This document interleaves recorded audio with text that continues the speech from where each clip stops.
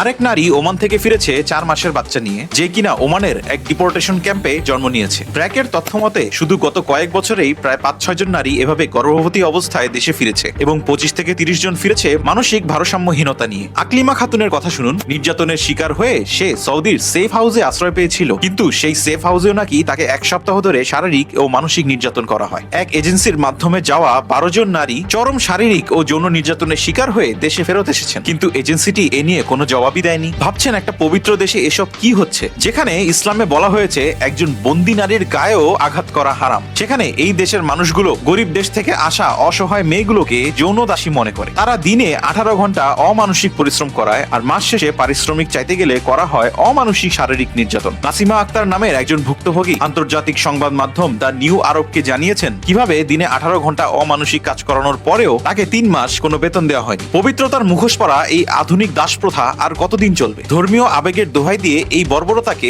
আমরা আর কতদিন জাস্টিফাই করব? আপনাদের কি মনে হয়? কমেন্ট করে জানিয়ে দিন।